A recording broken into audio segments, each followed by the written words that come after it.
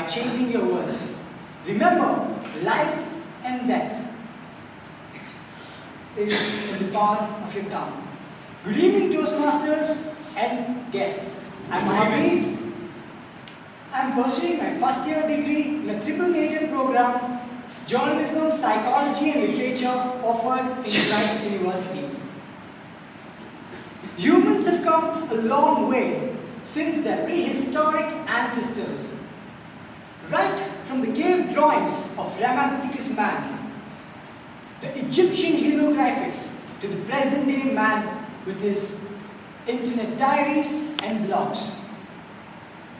What was once just a basic action-reaction procedure of 5 senses, smell, touch, taste, and others, has reached a sophisticated and a refined system of human intellect and perception.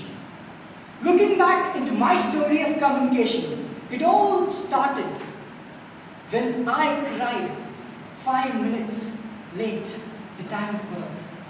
There was tension, anxiety, and nervousness in the medical room.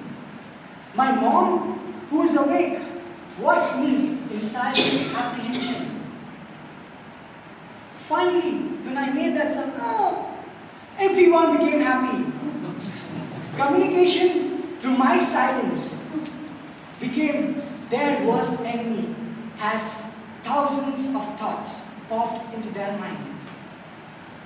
When I was a toddler, my parents and my relatives wished and were curious to know if I could make sounds such as mama, baba, but I couldn't. No sooner did they gift an offering to the Almighty than I started speaking to parents and relatives and each mama, baba, kaka, whatever. When I started my schooling, I was quite child. The only time when I spoke in creativity. I used to play, in my world of words, when I used to play with it, there would be an insensible, creative addition to a sensible word. For example, my tongue under my nose went to pose. My stomach pains all my body.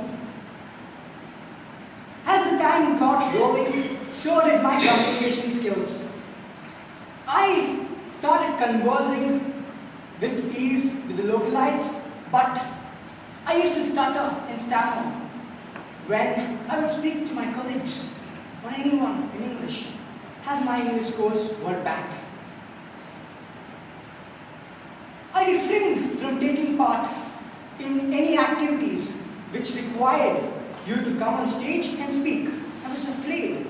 I used to think highly of people who would read books and speak fluently. I know that's lame, but that's how I felt then.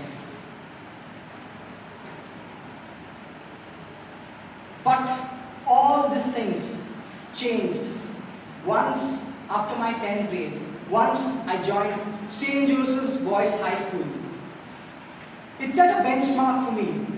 I used to see people speaking fluently and used to see a lot of people reading books. So for my own interest, I read my first book, The Seagull by Jonathan Livingston. Neither could I follow the book, nor did I understand the theme of the book, but I was very satisfied and happy that I'd effectively read my first book. After that, I never looked back. Reading became one of my passions. I read and read and read all the time. I started reading books like The Robin Sharma's The Leader, The Monk Who Sold His Ferrari, The Girl with the Dragon Tattoo, The Godfather, and Harry Potter's, so on and so forth. My English teacher in my 12th grade was just awesome. She made English so interesting that it was great. She influenced my life in many ways. She inspired me to take up literature in my college. I would conclude by saying that my childhood dream was to stand on the podium and address a huge gathering, which has come true now. Thank you.